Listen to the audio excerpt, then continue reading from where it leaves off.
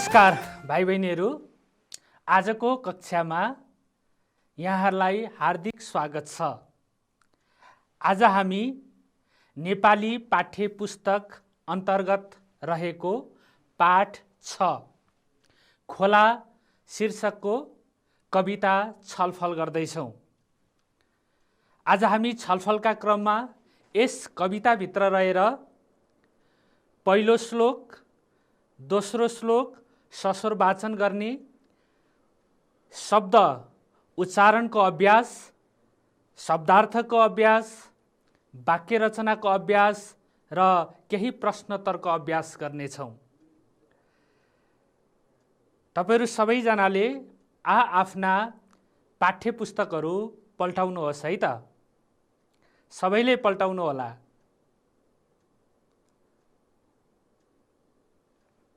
कापी पनि निकाल्नुहोस् भाइ बहिनीहरू, कलम पनि। ल अब सुरु गरौँ है भाइ बहिनीहरू। खोला कविता। खोला कविता कसले लेखेका हुन् भाइ बहिनीहरू भन्न सक्नुहुन्छ? हो, खोला कविता सत्यमोहन जोशीले लेखेका हुन्। यस कविताका कवि सत्यमोहन जोशी हुन्। यो चित्र हेर्नुस् त भाइ बहिनीहरू, चित्र यो के को चित्र होला? हो, पक्कै पनि यो खोलाको चित्र। यता हेर्नुस् त, यो रुख छ, यहाँ पानी बगेको जस्तो देखिन्छ, यो खोलाको चित्र हो। आज हामी खोला शीर्षकको कविताका बारेमा कुराकानी गर्नेछौँ। ल यसको पाठ्यवस्तु हेरौँ है त भाइ बहिनीहरू। आज हामीले छलफल गर्ने पाठ्यवस्तु ल हेर्नुस् त, हामी लयबद्ध वाचन गर्नेछौँ कविताको। लयबद्ध वाचन भनेको कवितालाई हामीले यति, गति र लय मिलाएर वाचन गर्ने। कवितामा हामीले वाचन गर्दाखेरि, कवितालाई वाचन गर्दाखेरि लयबद्ध वाचन गर्नुपर्छ। लयमा यसलाई भन्नुपर्छ। भन्नु भनेको वाचन गर्ने। हामी पहिलो अनुच्छेद बुझ्नु भएको छ नि? अनुच्छेद भनेको कविताको सन्दर्भमा के हो? श्लोक। भाइ बहिनीहरूले पंक्ति पनि भन्न सक्नुहुन्छ, हरफ पनि भन्न सक्नुहुन्छ है। तर हामी पंक्ति हरफको सट्टामा आज हामी श्लोक शब्द प्रयोग गर्दैछौँ। त्यसपछि हामी शब्दोच्चारण अनि शब्दार्थ, वाक्यमा प्रयोग अनि बोध प्रश्नोत्तर यी विषयमा छलफल गर्नेछौँ। ल छलफल सुरु गरौँ है भाइ बहिनीहरू। ल हेर्नुस् त, खोला शब्दको अर्थ के होला? ल भन्नुस् त, खोला शब्दको अर्थ भन्न सक्नुहुन्छ? हो, पक्कै पनि। ल हेर्नुस् त, खोला शब्दको अर्थ सानो नदी। ल अर्को पनि अर्थ छ यसको। हो, ल हेर्नुस् त, झन्डै नदी जस्तो सानो जल प्रवाह, यसलाई पनि हामी खोला भन्छौँ। खोलाको अर्थ सानो नदी पनि हो। खोलाको अर्थ झन्डै नदी जस्तो सानो जल प्रवाह। झन्डै नदी जस्तो। ल हेर्नुहोस् है, अब खोला, नदी, अब हामी यसको यी सन्दर्भहरू, यी विषयहरू पनि हामी छलफल गर्दैछौँ। खोला भनेको नदी, नदी भनेको खोला, तर अर्थले के बतायो यहाँ? सानो नदी, झन्डै नदी जस्तो सानो जल प्रवाह। ल अब हेर्नुहोस् त भाइ बहिनीहरू, अर्को नदी शब्दको अर्थ ल भन्न सक्नुहुन्छ? नदी शब्दको अर्थ हो, ल हेर्नुहोस् त यहाँ, ठुलो खोलो, ठुलो खोलो। अर्को पनि अर्थ हेरौँ त, कुनै पहाड, दह आदिबाट निस्केर निश्चित स्थानमा बग्दै अरू नदी नालासँग मिसिएर वा एक्लै समुद्रमा मिसिने जल प्रवाह। ठुलो खोलो जसलाई हामी नदी भन्छौँ, अनि सानो छ भने त्यसलाई हामी खोला भन्छौँ। भाइ बहिनीहरूले बुझ्नुभयो? ठुलो खोलो जसलाई हामी के भन्छौँ? नदी भन्छौँ। अनि त्यो सानो छ भने त्यसलाई हामी खोला भन्छौँ अथवा खोलो भन्छौँ। ल अब हामी अगाडि बढौँ है भाइ बहिनीहरू। यो चित्र हेर्नुहोस् त, यो चित्र ल हेर्नुहोस्, यो चित्रमा यो चित्र पनि खोलाको चित्र हो। यहाँ पानी नै छैन। ल हेर्नुहोस् त, ढुङ्गै ढुङ्गा छ। ल बगर हेर्नुहोस् त, बगर है। अहिले हामी कवितामा बगरको कुरा पनि गर्नेछौँ। ल हेर्नुहोस्, यहाँ पानी नै छैन। कतिपय खोलाहरूमा चाहिँ पानी पर्दाखेरि चाहिँ पानी देखिन्छ, अनि बाढी पनि आउँछ, अनि पानी नपर्ने बेलामा, पानी नपरेको बेलामा होइन, त्यस बेलामा चाहिँ कतिपय खोलामा हामी पानी देख्दैनौँ, खोला सुकेको देखिन्छ। ल हेर्नुहोस् है, अर्को पनि चित्र हेरौँ है। ल यहाँ त पानी छ, ढुङ्गा। ल हेर्नुहोस् त भाइ बहिनीहरू, यहाँ बालुवा पनि छ, ढुङ्गा पनि छ, पानी पनि छ। ल यो पनि के हो त, खोलाको चित्र हो। ल अर्को पनि हेरौँ है चित्र भाइ बहिनीहरू। ल हेर्नुहोस् त, ओहो यो चित्रमा त यो माथि हिमाल जस्तो देखिन्छ। ल हेर्नुहोस् त, हिउँ जस्तो सेतो सेतो हो। हिउँ पनि पग्लेपछि के हुन्छ, त्यो हिम नदी, त्यहाँ पनि पानी चाहिँ बग्न थाल्दछ। ल भाइ बहिनीहरू, आज हामी खोला शीर्षकमा थप छलफल गर्दै जानेछौँ। ल हेर्नुहोस् है भाइ बहिनीहरू, अब हामी लयबद्ध वाचनतर्फ लागौँ। कवितालाई अब हामी गाउने अभ्यास गर्नेछौँ, कवितालाई वाचन गर्ने अभ्यास गर्नेछौँ। लय हालेर यसलाई हामी के गर्नेछौँ, वाचन गर्नेछौँ। ल हेर्नुहोस् है, अब हामी पहिलो श्लोकतिर लागौँ। ल म यो पहिलो श्लोकलाई लयबद्ध वाचन गर्छु, गरेर सुनाउँछु। भाइ बहिनीहरूले पनि सुन्नुहोला र त्यसपछि हामी फेरि यसको अभ्यास गर्नेछौँ। ल सुरु गरौँ है। डाँडा काँडा वन सब डुली, भिरका खोजबाट बाटो खोज्दै हुनु हुनु गरी, फार्छु है झारपात। ठक्कर खाए यदि बगरमा, भर्छु गाना रमाई। डल्ला पाए पनि नजिकमा, लान्छु बाटो बनाई। ल हेर्नुहोस्, अब म सँगसँगै भन्नुहोस् है, म सँगसँगै लय हालेर गाउनुपर्छ है। ल सुरु गरौँ। ल सुरु गरौँ है भाइ बहिनीहरू। डाँडा काँडा वन सब डुली, भिरका खोजबाट बाटो खोज्दै हुनु हुनु गरी, फार्छु है झारपात। ठक्कर खाए यदि बगरमा, भर्छु गाना रमाई। डल्ला पाए पनि नजिकमा, लान्छु बाटो बनाई। ल हामीले कविताको पहिलो श्लोक वाचन गऱ्यौँ। अब हामी दोस्रो श्लोक पनि वाचन गरौँ है भाइ बहिनीहरू। ल हेर्नुहोस् त, दोस्रो श्लोक। म कविताको दोस्रो श्लोक एकपटक लय हालेर वाचन गर्छु, यसलाई सुनाउँछु। भाइ बहिनीहरू यो दोस्रो श्लोक पनि सुन्नुहोला र त्यसपछि फेरि हामी सँगसँगै अभ्यास पनि गरौँ है। ल हाँगा बिङ्गाहरू सब झरे, फ्याँक्छु दायाँ र बायाँ। साना ताराहरू तल झरे, जान्छु खेलाइ छाया। घुम्दा डाँडा वरिपरि डुली, मोतीको बन्छु माला। झर्दा नाच्दै तलतिर बगी, सर्प झैँ गर्छु चाला। ल भाइ बहिनीहरू, अब म सँगसँगै फेरि गाउनुहोस् है। ल सुरु गरौँ। हाँगा बिङ्गाहरू सब झरे, फ्याँक्छु दायाँ र बायाँ। साना ताराहरू तल झरे, जान्छु खेलाइ छाया। घुम्दा डाँडा वरिपरि डुली, मोतीको बन्छु माला। झर्दा नाच्दै तलतिर बगी, सर्प झैँ गर्छु चाला। यसरी हामीले लयबद्ध वाचन गर्नुपर्छ। भाइ बहिनीहरू, यहाँ हेर्नुहोस् त बिङ्गा भन्ने शब्द छ। अब यो चाहिँ कविताको लय मिलाउनको लागि यो यहाँ दीर्घ लेखिएको छ, यो ह्रस्व हुन्छ। त्यसै गरेर हामीले अघि वाचन गर्दाखेरि साना तारा, यहाँ हामीले के गर्यौँ, विश्राम गर्यौँ।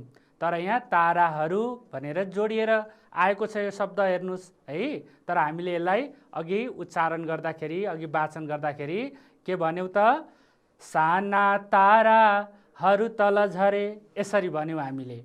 त्यसै गरेर अर्को शब्द हेर्नुहोस् त, यहाँ मोती, यहाँ ह्रस्व छ, हेर्नुहोस् त यो दीर्घ हुन्छ। अनि यो कवितामा चाहिँ मोती, मोतीको ती चाहिँ ह्रस्व छ। हामीले यसलाई लेख्दाखेरि चाहिँ दीर्घ लेख्नुपर्छ है भाइ बहिनीहरू। ल अब हामी उच्चारण अभ्यासतिर लागौँ। पहिलो श्लोकको उच्चारण अभ्यास यहाँ हेर्नुहोस् त, यहाँ दुईवटा शब्द रङ्गीन शब्द छ, हेर्नुहोस् त, एउटा शब्द यहाँ, अर्को शब्द यता। अब यसलाई हामी उच्चारणको अभ्यास गरौँ है। ल हेर्नुहोस्, यो शब्दको उच्चारण हामी कसरी गर्न सक्छौँ, डाँडा, डाँडा, यसरी गर्न सक्छौँ। अर्को शब्द हेर्नुहोस् त, यसलाई पनि हामी उच्चारण कसरी गर्छौँ, काँडा, काँडा, यसरी हामी उच्चारण गर्छौँ।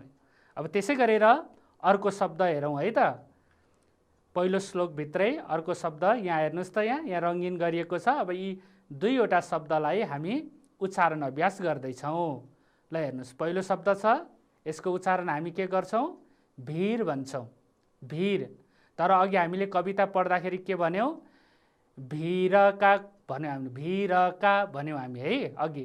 डाँडा काँडा वन सब डोली भिरका खोजबाट, अघि हामीले उच्चारण गर्दाखेरि चाहिँ हामीले रलाई पुरै उच्चारण गरेका थियौँ। तर यो शब्दलाई हामीले उच्चारण मात्रै गर्दाखेरि हामी भिर भन्छौँ। ल त्यसै गरेर अर्को शब्द हेर्नुहोस् त, ल यसलाई पनि उच्चारण खोज, खोज है, यसरी हामीले उच्चारण गर्नुपर्छ। ल त्यसै गरेर हामी पहिलो श्लोककै फेरि अरू दुईवटा शब्द हेर्नुहोस् त, यहाँ एउटा छ, अर्को यता छ, यसलाई पनि हामी उच्चारण अभ्यास गरौँ। ल हेर्नुहोस् त, हु नु, हु नु। ल फेरि भन्नुहोस् त, हु नु, हु नु। ल अर्को शब्द है। त्यसै गरेर यसलाई हामी उच्चारण अभ्यास कसरी गर्न सक्छौँ, ठक्कर, ठक्कर, हो, यसरी हामीले उच्चारण गर्नुपर्दछ। फेरि अरू शब्द पनि हेर्दै जाउँ है। यहाँ हेर्नुहोस् त, यहाँ पनि रङ्गीन शब्द छ, यहाँ पनि रङ्गीन शब्द छ। अब यी शब्दलाई पनि हामी उच्चारण अभ्यास गरौँ है भाइ बहिनीहरू।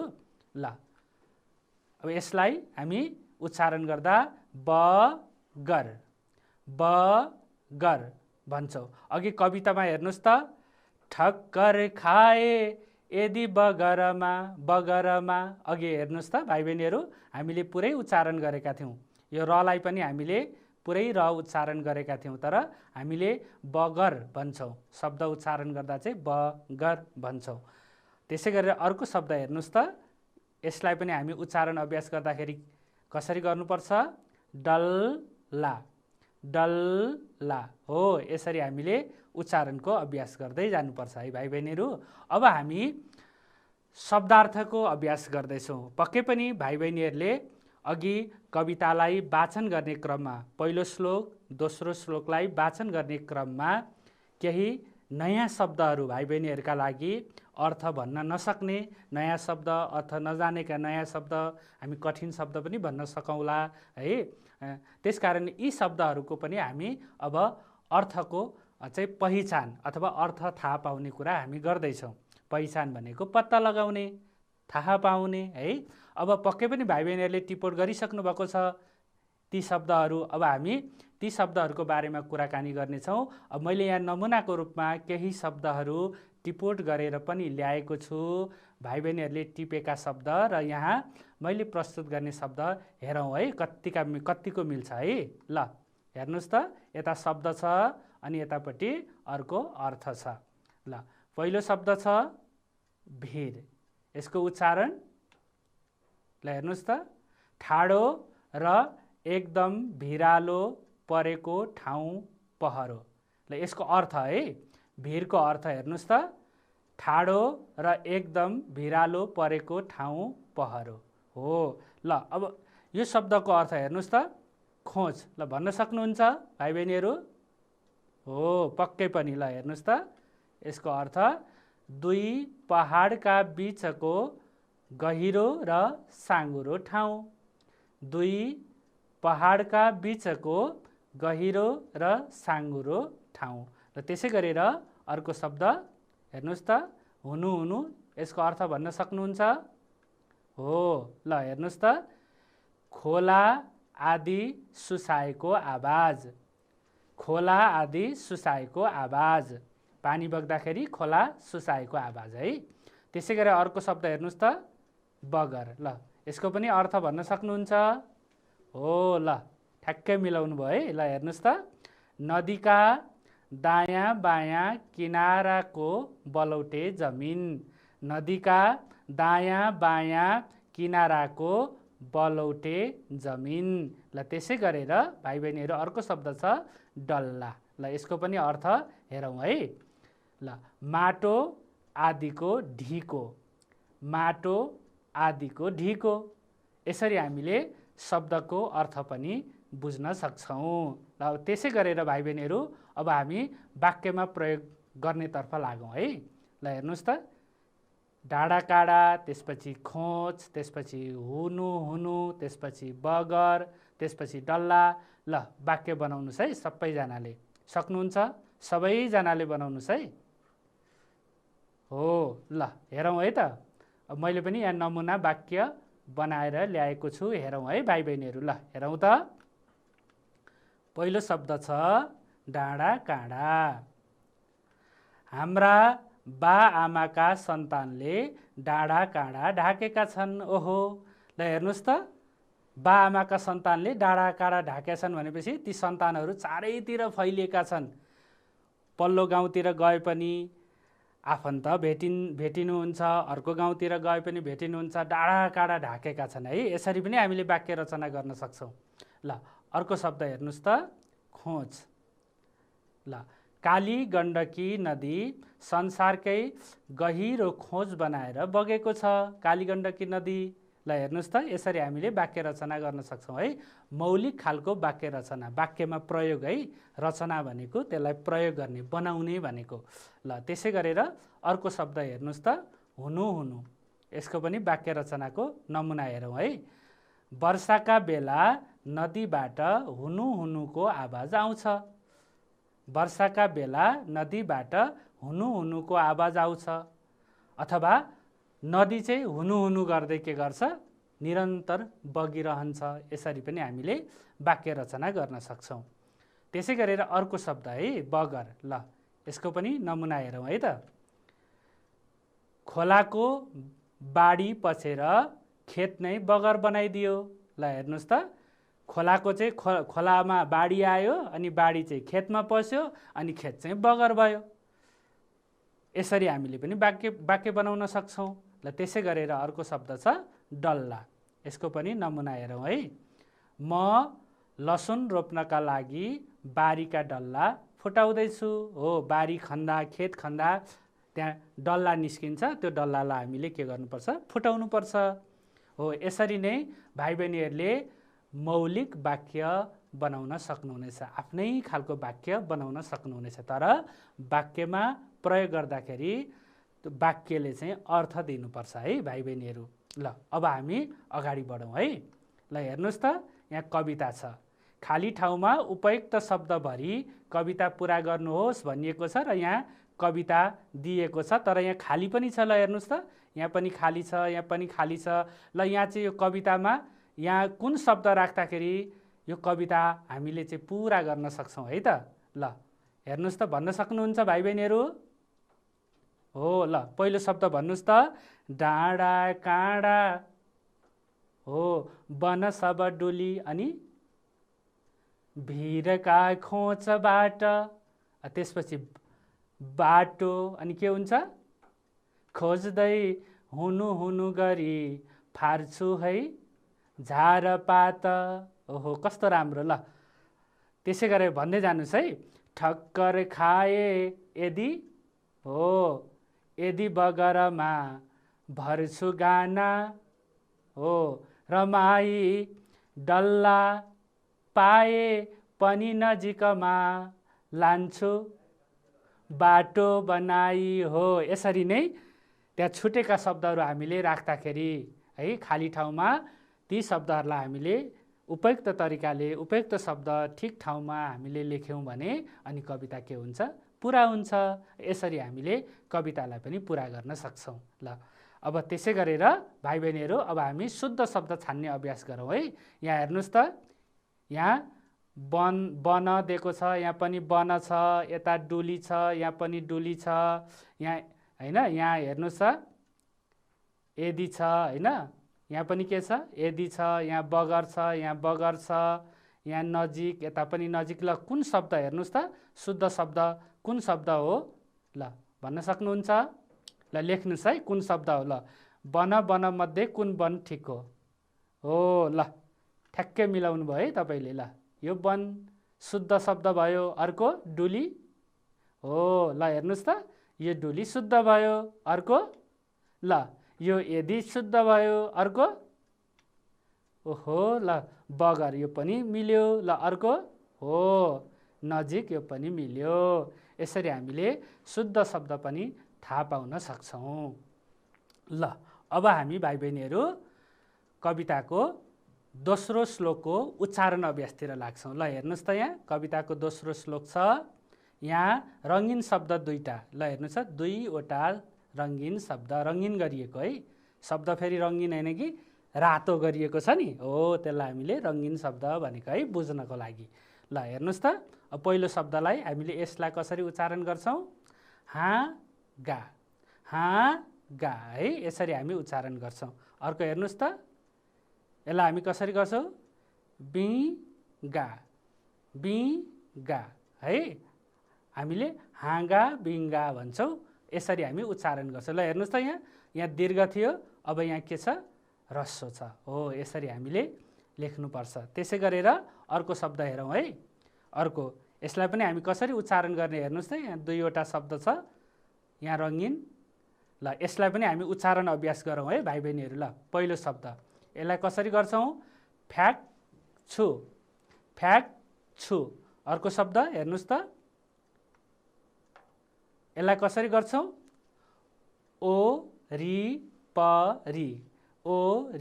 परी हो यसरी उच्चारण गर्छौँ भाइ बहिनीहरू है। अब त्यसै गरेर अर्को पनि हेरौँ है। ल यहाँ यसलाई पनि हामी हेर्नुहोस् त भाइ बहिनीहरू दायाँ अब त्यसै गरेर अर्को शब्द हेर्नुहोस् त यसलाई हामीले उच्चारण गर्दाखेरि बायाँ यसरी उच्चारण गर्छौँ। ल त्यसै गरेर अर्को शब्द हेर्नुहोस् त यहाँ पनि रङ्गीन छ है यो रातो छ। ल हेर्नुहोस् अब यसलाई पनि हामी उच्चारण अभ्यास गर्दैछौँ। ल हेर्नुहोस् त ल यसको उच्चारण गर्न सक्नुहुन्छ हो। ल हेर्नुहोस् मोती। अब यहाँ पनि यहाँ दीर्घ छ। ल हेर्नुहोस् यता माथि के थियो अघि ह्रस्व थियो हो। यो चाहिँ कविता मिलाउनलाई कविले यसरी चाहिँ शब्द राखेका हुन् है।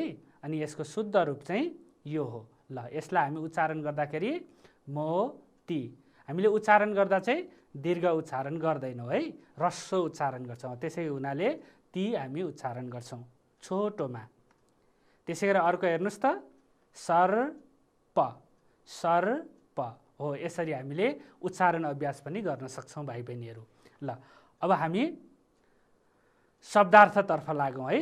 अब हामीले शब्दार्थको अभ्यास चाहिँ दोस्रो श्लोकभित्र रहेर हामी गर्दैछौँ।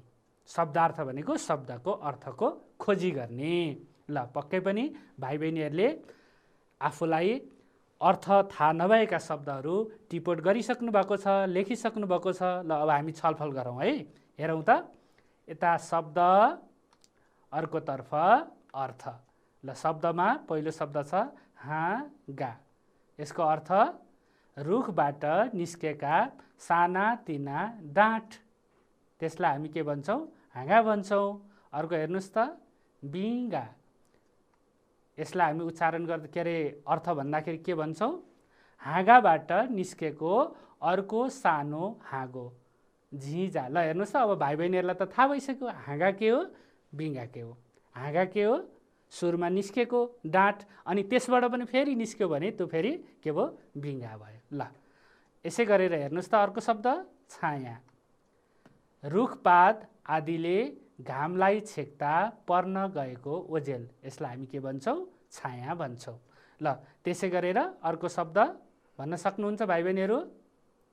हो ल एक प्रकारको बहुमूल्य सेतो रत्न जसलाई हामी के भन्छौँ मोती, मोती भन्छौँ। हो यसरी नै हामीले अब वाक्यमा प्रयोगको अभ्यास पनि गर्दै जानुपर्छ। ल हेर्नुहोस् त तीनवटा शब्द छ, तीनवटा शब्द, एउटा हाँगा, अर्को वरिपरि, अर्को मोती। ल वाक्य बनाउन सक्नुहुन्छ भाइ बहिनीहरू?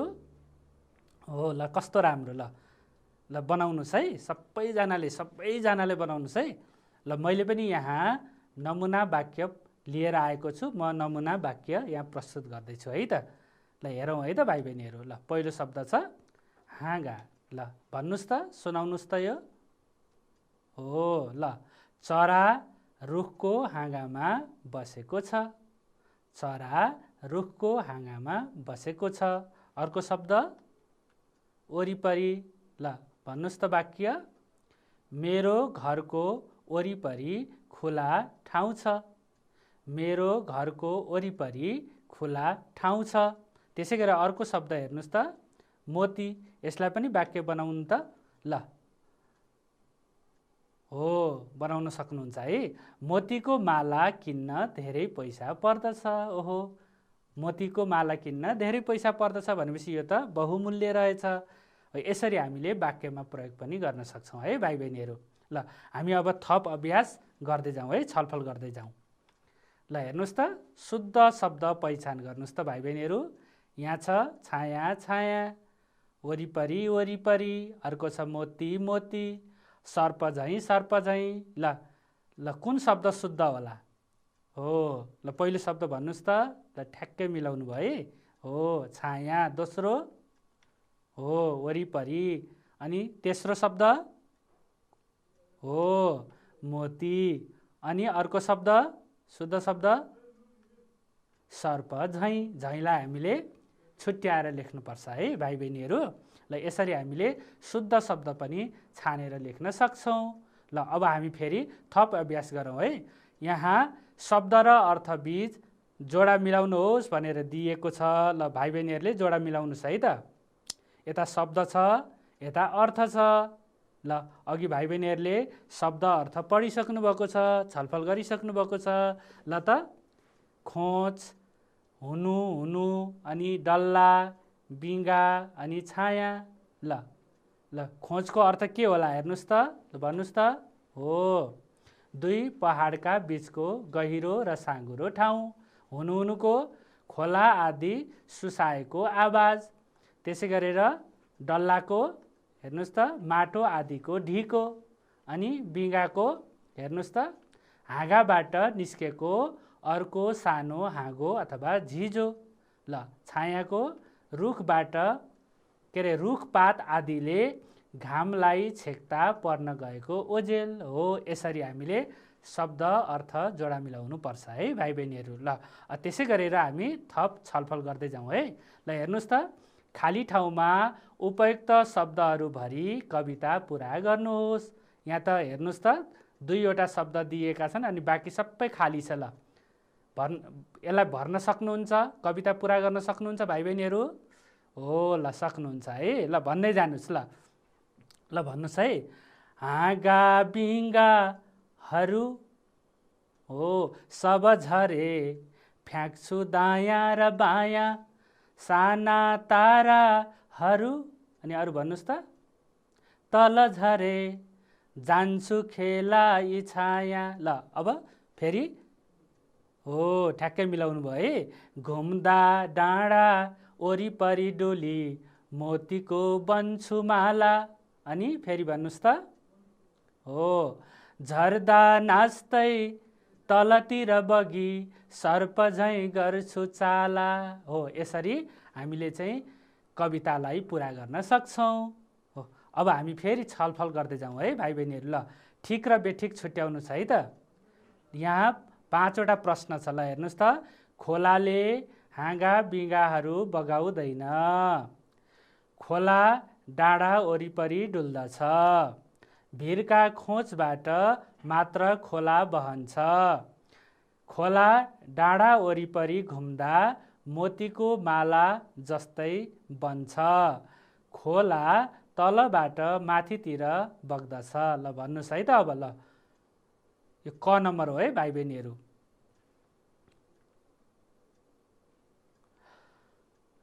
ल पहिलो खोलाले हाँगा बिङ्गाहरू बगाउँदैन। यो चाहिँ के भयो?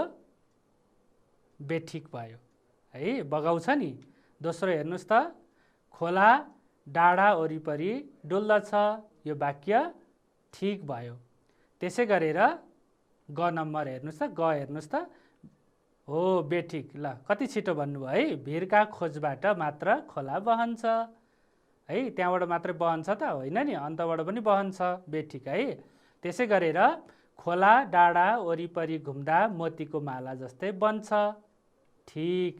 ल अर्को हेर्नुहोस् त, खोला तलबाट माथितिर बग्दछ। हेर्नुहोस् त, बेठिक है। ओहो कति मिलाउनु भयो है। खोला तलबाट माथितिर बग्दैन, माथिबाट तलतिर बग्छ। ल त्यसै गरेर थप अभ्यास हेरौँ है। ल यहाँ प्रश्न छ, खोला कहाँबाट बहन्छ भन्न सक्नुहुन्छ? हो ल, खोला डाँडा काँडा भिर पाखा खोजबाट बहन्छ। ल अर्को प्रश्न हेरौँ है भाइ बहिनीहरू।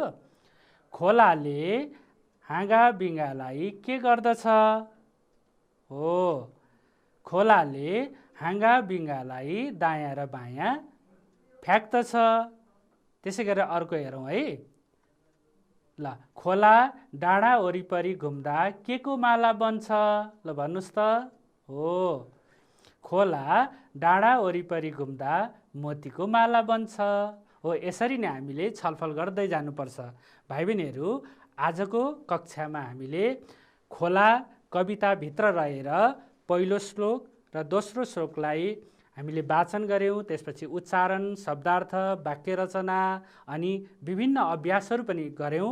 अब आगामी अर्को कक्षामा हामी थप छलफल गर्नेछौँ। आजको कक्षा हामी यहीँ टुङ्ग्याउनेछौँ। हवस् त, नमस्कार।